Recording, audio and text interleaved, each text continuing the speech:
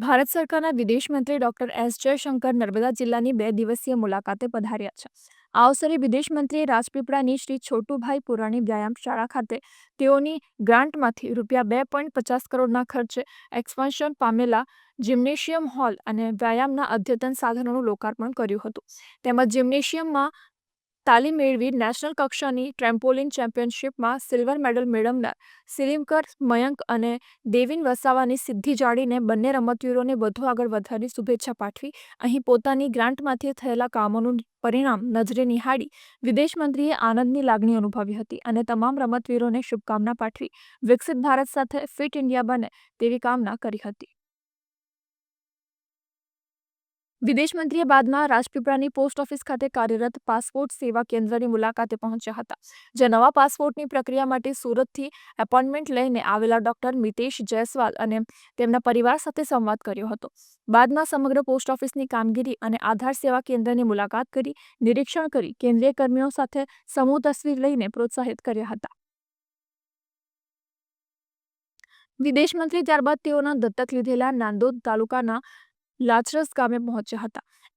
જ્યાં પ્રાથમિક શાળા ખાતે 4.96 લાખના ખર્ચે તૈયાર થયેલા સ્માર્ટ ક્લાસરૂમની મુલાકાત કરી સ્માર્ટ બોર્ડ પર વિદ્યાર્થીઓ દ્વારા થતી અભ્યાસલક્ષી પ્રવૃત્તિને નિહાળી હતી. બાદમાં શાળાની નજીકમાં આવેલા શ્રી રામજી મંદિરમાં પહોંચી પૂજા અર્ચના કરી હતી. આ ગામમાં તેઓની ગ્રાન્ટમાંથી ₹16 લાખના ખર્ચે નિર્માણ પામેલી સ્માર્ટ આંગણવાડીનું પણ લોકાર્પણ કરી ભૂલકાઓ સાથે હેતથી સંવાદ કરી બિરદાવ્યા હતા.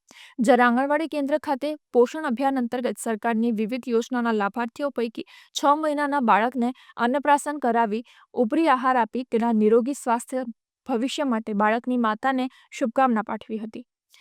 વિદેશ મંત્રીએ લાચરસ ગામે નિર્માણ પામેલા અમૃત સરોવરની પણ મુલાકાત કરી જળસંચયના કાર્યોને બિરદાવ્યું હતું.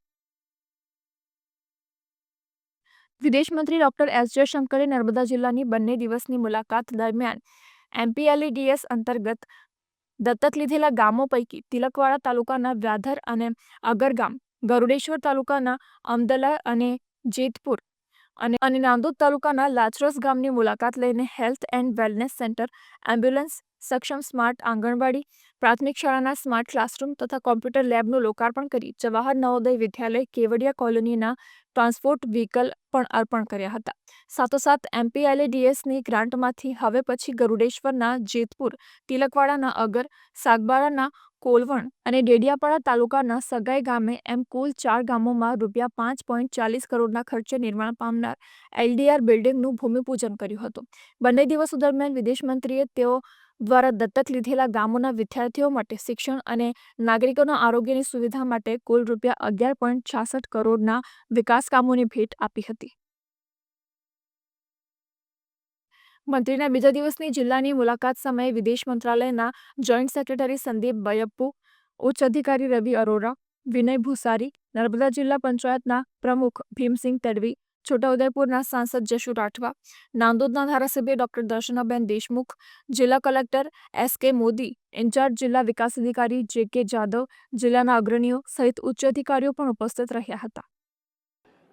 आज तो वो स्मार्ट क्लासरूम जो है उसका उद्घाटन हुआ, बच्चों को देखा कैसे उसका प्रयोग करते हैं और ये अच्छी बात है क्योंकि जो टीचर ने मुझे बताया ये मोबाइल का युग है, तो बच्चे जो हैं सब बच्चे जो हैं मोबाइल से उनके लिए तो इतना आसान है।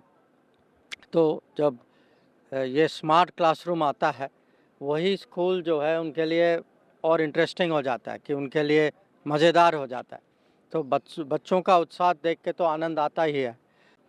तो आगे मुझे पूरा विश्वास है कि यहाँ से कोई इंटरनेशनल लेवल तक ज़रूर पहुँचेगा और जो मुझे जो सामर्थ्य जो दिखता है वो लोगों में है, बच्चों में है। हमें जो है हमारा ये जिम्मेदारी बनती है, फ़र्ज़ है कि वो सामर्थ्य को कैसे प्रकट करें, उसके लिए कैसे अवसर दें, कैसे ट्रेनिंग दें लोगों को। और मुझे लगता है कि वहाँ जो तरक्की जो हुई है वो दिखाई देता है, आगे भी बढ़ेगा।